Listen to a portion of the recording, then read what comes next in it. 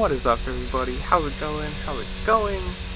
So can we just start this off with how unlucky can one person be? If you don't know what I'm talking about, Cameron Mcadoo, obviously, from the giant crash we had last round 14, where he smashed his face into the over-under and then had the bike grab his foot and flip him over. And then this one, where he's basically being told by the trainer, do not crash. Okay. He gets to the 250 main event. First thing he does is somebody basically drives on his back. It's incredible. I mean, like, this is a guy who's barely functioning to begin with. I mean, probably has more injuries than we'd like to say at this point. And he's just getting absolutely obliterated every single race. And this is the second race in a row with a red flag and a restart, because obviously somebody else got hurt in that accident. Just incredible. And then you have Justin Cooper, who's just, oh, another start? I'm gonna whole shot it. Don't worry about it. I'll be out front, running my race, taking my points lead to the championship. See you later. Peace out. I'm gone. Like, every single time. He's just on. I don't know. He's perfect right now. First start. Just incredible. But I mean, the 250, you gotta give it for Cameron Mcadoo for one being, granted, some of it are pretty much all his own faults or whatever, but for being as hurt as he is, having his, jersey torn up, and you could see him with, they had after his main heat race, you could see all of the tape on both his shoulders. I'm assuming his hips are taped up. Like, that guy is hurt.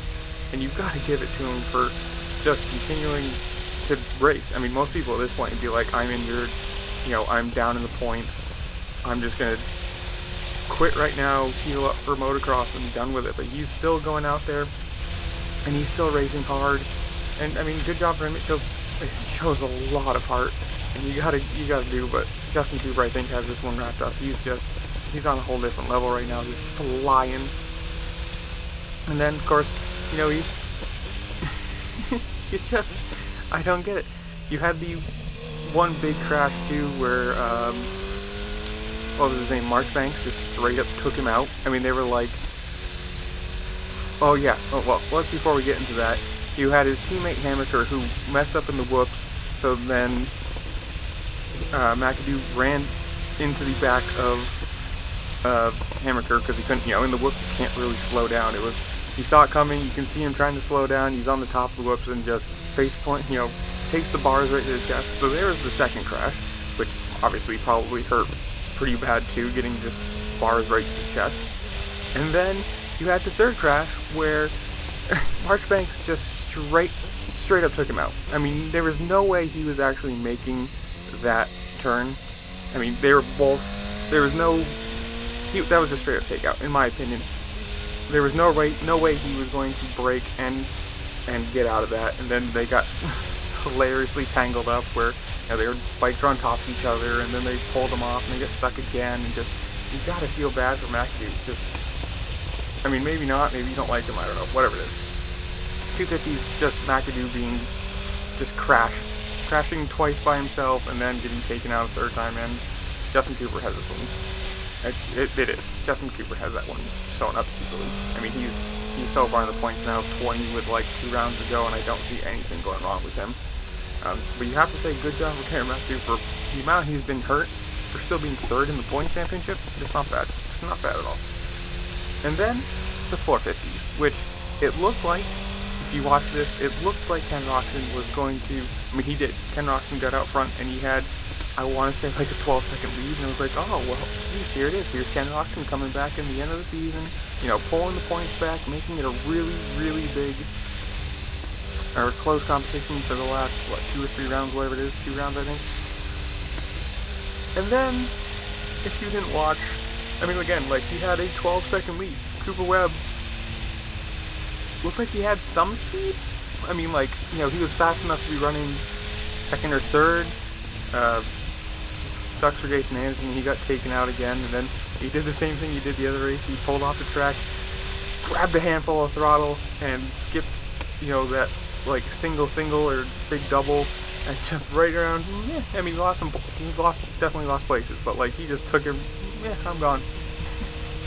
You gotta, I mean, Plessinger got a really good start this race, you know, I guess good job for him. He's coming on in the late part of the season, especially for being on the Yamaha, which hasn't looked very fast the last couple of years.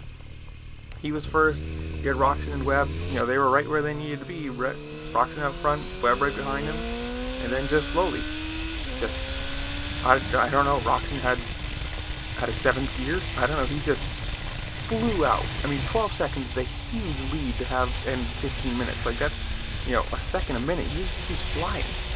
And then you watch, he fell on the whoops, and it wasn't even like this big hard crash. He kind of just like slowed, and then dropped the bike.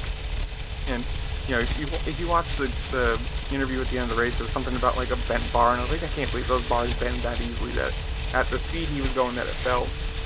If you watch the next few laps, the lead went from like 5 to 3 to 2 to 1, and then Webb caught him with 18 seconds left.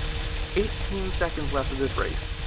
In the last 5 minutes, he lost 5-6 seconds, whatever it was. Just whatever it was. If it was his bent bars, or he just, you know, falling shot him out of the rhythm, or maybe Cooper Webb saw that he was, you know, he'd fallen, and he gained 6 seconds, and he goes, well, I gotta do this, I gotta go. Who knows what it actually was, but, and then Cooper Webb passed him, 2 laps to go, and he put time on Ken Roczen. I mean, the 2 laps, he put 2 seconds, and he made mistakes too. I mean, like, he almost lost it on that big double, or single, whatever it was, but it ended up being closer than it should have been. I mean, he put 2 seconds on him in 2 laps. Cooper Webb had the late race endurance speed, whatever it was, and you know, there it is. He did what he needed to do. He was in second. Ken Roczen made a mistake. He capitalized, came first. He made a little bit of points back from the last round, and now we're going to Salt Lake, and Cooper Webb with red plate and a points lead. Let's see here, with a 16-point points lead. Not bad. Ken Roczen 16 points back. Eli Tomac 40. Justin Barcia, for all the problems Justin Barcia had this year, you know, DNFing one race, the broken shifter another race, he's in 4th place. 75 points back. Not bad at all. But tell me down in the comments below, do you think that Roczen's going to do it in the last couple rounds? Do you think Cooper Webb's going to hold his lead? Obviously, I think Eli Tomac is out of the points unless both of them finish like 20th or something out of points for the last 2 rounds. But tell me what you think in the comments down below.